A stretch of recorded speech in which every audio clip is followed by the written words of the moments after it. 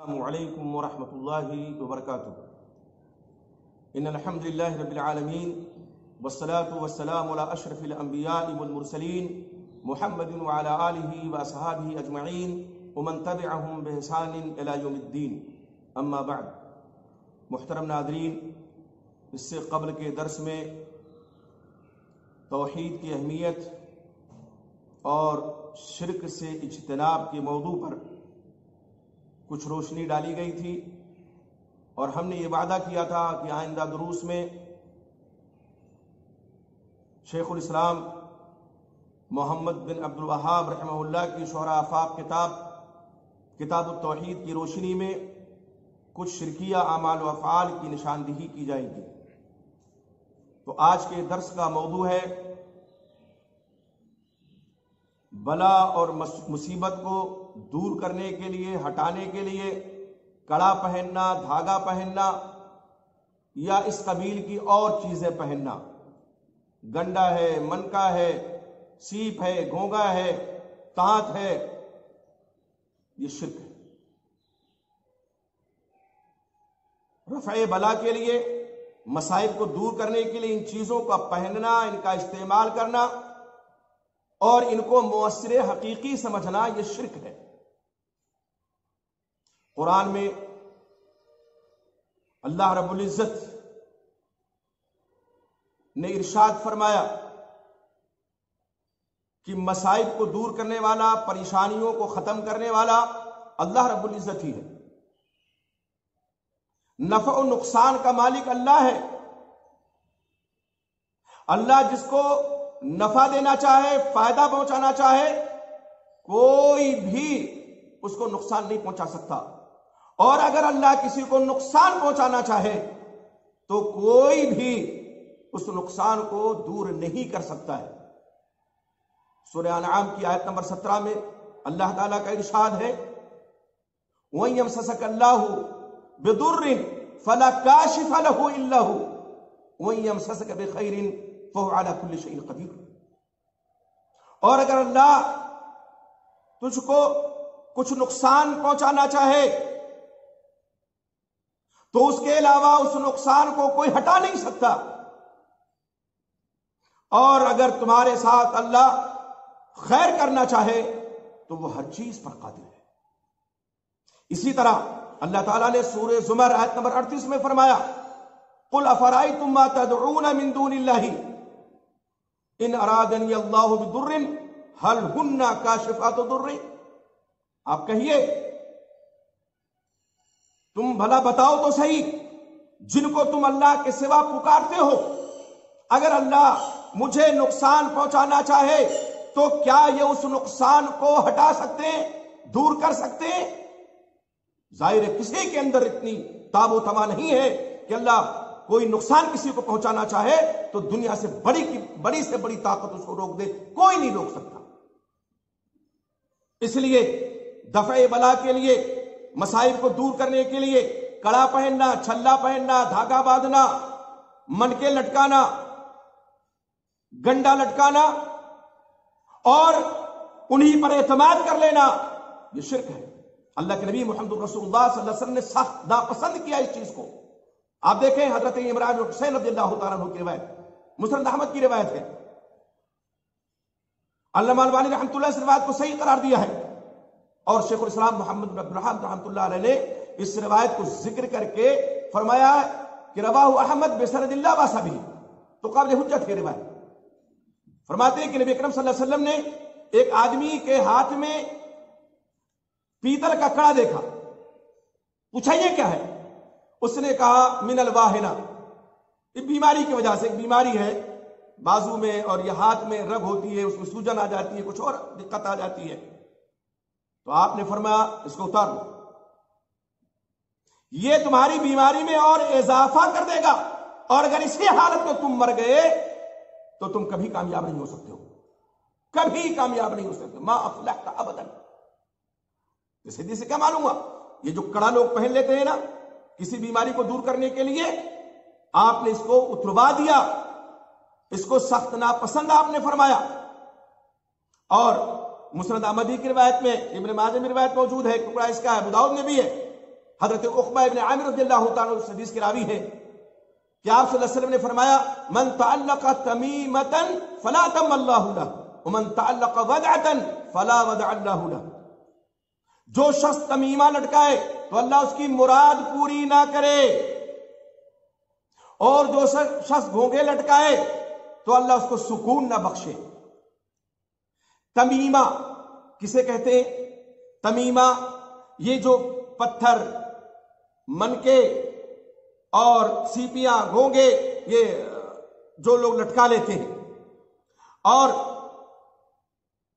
یہ سمجھتے ہیں کہ نظر بد سے بچ جائیں گے، اس کے ذریعہ سے کوئی بیماری اس کے ذریعہ سے ختم ہو جائے گی، تو تمیمہ یہ اس تعویذ کو بھی کہا جاتا ہے جس میں شرکیہ عبارتیں ہوں، نہ سمجھنے والی عبارتیں ہوں، غیر عربی میں ہوں، ان کو بھی تمیمہ کہا جاتا ہے۔ آپ نے فرمایا اللہ اس کی مراد پوری نہ کرے۔ اور ودا بھی گھونگے، سیپ وغیرہ جو لوگ پہن لیتے ہیں۔ ایک دوسری حدیث میں آپ فرماتے ہیں، وہ بھی مسند احمد کی روایت ہے اور مستدرک حاکم کی روایت موجود ہے، امام البانی نے اس کو بھی صحیح قرار دیا ہے، من تعلق تمیمتا فقد اشرک، جس نے تمیمہ لٹکایا اس نے شرک کیا۔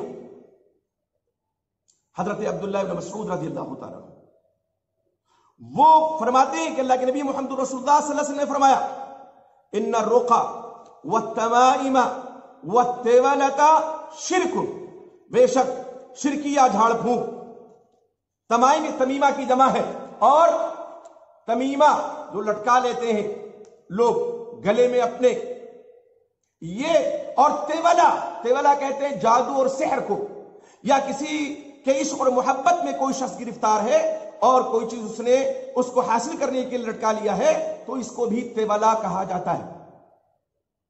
تو فرمایا آپ صلی اللہ علیہ وسلم نے، مسند احمد کی روایت ہے، ابو داؤد کی روایت ہے کہ ان الرقى والتمائم والتولۃ شرک، شرک ہے کہ نہیں؟ یہ شرک ہے۔ ایک مرتبہ حضرت ابن مسعود رضی اللہ تعالیٰ نے اپنی بیوی، اپنی زوجہ حضرت زینب رضی اللہ تعالیٰ عنہا کے گلے میں تعویذ دیکھا تو اس کو توڑ کر کے پھینک دیا، ان کو سرزنش کی اور کہا آل مسعود اس سے بے نیاز ہے، آل عبداللہ ابن مسعود اس سے بے نیاز ہے۔ اور ایک دوسری بات، ان کی بیگم نے کہا کہ میری آنکھ جب دکھتی تھی میں ایک یہودی کے پاس جاتی، وہ دم کر دیتا، ٹھیک ہو جاتی۔ حضرت عبداللہ مسعود نے فرمایا وہ شیطان تمہاری آنکھ میں کچوکا لگاتا تھا اور جب تم اس کے پاس جاتی تھی وہ دم کرتا تھا، شیطان ہٹ جاتا تھا۔ صحابہ کرام کبھی ان تمام خرافات کے قریب نہیں گئے، لیکن آج دیکھیے کس طرح سے لوگ ان تمام وسائل اور اسباب کو اپناتے ہیں اور انہی اسباب کو مؤثر حقیقی سمجھ لیتے ہیں۔ اسباب کی بات آئی ہے تو یہ جاننا بھی ضروری ہے کہ ہم کون سے اسباب کو اپنائیں۔ اسباب کے تعلق سے پہلی بات یہ جاننا ضروری ہے کہ وہ اسباب شرعی ہو یا قدری ہو، شریعت میں جن کا ثبوت ہو، جیسے دم کا ثبوت ہے شریعت میں، قرآن مجید کی آیات کو پڑھ کر کے آدمی کوئی دم کرتا ہے کسی پر، کر سکتا ہے، جائز ہے۔ صحیح مسلم کی روایت میں ہے کہ جب تک شرک نہ ہو رقیہ میں جائز ہے، ما لم یکن شرکن، جب تک شرک نہ ہو جائز ہے۔ تو یہ جو دم ہے نا یہ جائز ہے، یہ شرعی سبب ہے، اس میں مؤثر حقیقی اللہ رب العزت کو سمجھا جاتا ہے، قرآن کی آیات پڑھی جاتی ہیں۔ بعض لوگ کہتے ہیں کہ جو ہم تعویذ لٹکاتے ہیں گلے میں اور جن تعویذات میں قرآن مجید کی آیتیں ہوتی ہیں تو وہ تو شرک نہیں ہونا چاہیے، بے شک وہ شرک نہیں ہے، ہم ان کو شرک نہیں کہتے ان تعویذات کو جن میں قرآن کی آیتیں ہیں، لیکن منع ضرور ہے، اس لیے کہ آپ صلی اللہ علیہ وسلم نے فرمایا من علق شیئا اکل الیہ، جو کوئی چیز بھی لٹکائے تو اسی کے سپرد کر دیا جاتا ہے۔ بعض لوگ جواز کے لیے دلیل بھی لاتے ہیں، جو یقیناً وہ دلیل نہیں، وہ چیز بن سکتی ہے، کہتے قرآن میں اللہ نے شفا رکھی ہے، اور قرآن میں اللہ تعالیٰ نے فرمایا وَنُنَزِّلُ مِنَ الْقُرْآنِ مَا هُوَ شِفَاءٌ وَرَحْمَةٌ لِلْمُؤْمِنِينَ کہ ہم نے قرآن سے کچھ چیزیں نازل کی ہیں جس میں مومنوں کے لیے رحمت شفا ہے اور رحمت ہے مومنوں کے لیے۔ سورہ اسراء کی آیت نمبر 82۔ بے شک شفا ہے قرآن میں، کون اس کا منکر ہے؟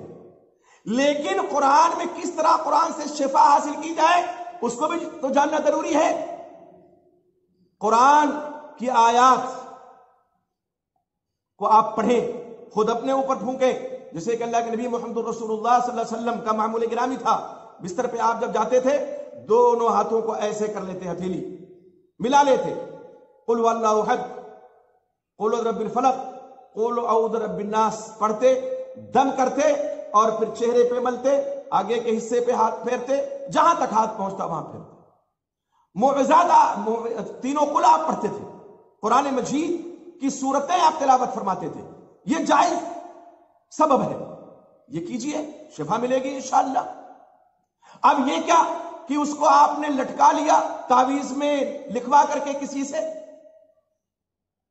تو یہ تو اس کی مثال ایسے بھی دی جا سکتی ہے کہ آپ کہتے ہو قرآن میں شفا ہے اس لیے ہم نے تعویذ بنا کر کے اس کو لٹکا لیا گلے میں، تو اسی قرآن میں اللہ رب العزت نے شہد کو بھی شفا قرار دیا ہے۔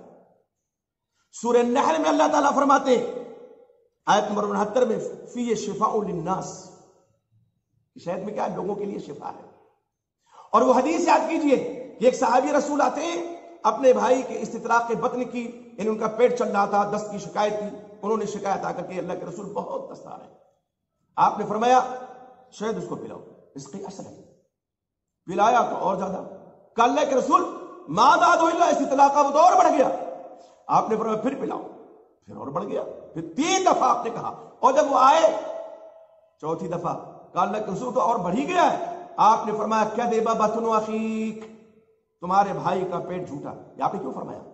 اس لیے کہ اللہ نے قرآن میں شہد میں شفا کے بارے میں فرمایا کہ شہد میں شفا ہے، تو اللہ کا کلام تو جھوٹا نہیں ہو سکتا ہے، اور پلاؤ۔ انہیں اتنی مقدار انہوں نے نہیں پلائی تھی جتنی مقدار شہد ان کو دینا چاہیے تھا، تو شفا نہیں ہوئی۔ اب جب وہ مقدار پہنچی شہد کی، شہد اتنا پہنچا ان کے پیٹ میں، اللہ نے شفا بخش دی۔ اب شہد میں شفا ہے، قرآن کی آیت سے معلوم ہوا اور اس حدیث رسول سے معلوم ہوا۔ اب کسی کو اگر شکایت ہے دست کی، پیٹ چل رہے، ایک شیشی لے چھوٹی سی، اس میں شہد بھریں اور دھاگا باندھیں اور گلے میں لٹکا لیں، دست بند ہو جائے گا، پیٹ رک جائے گا۔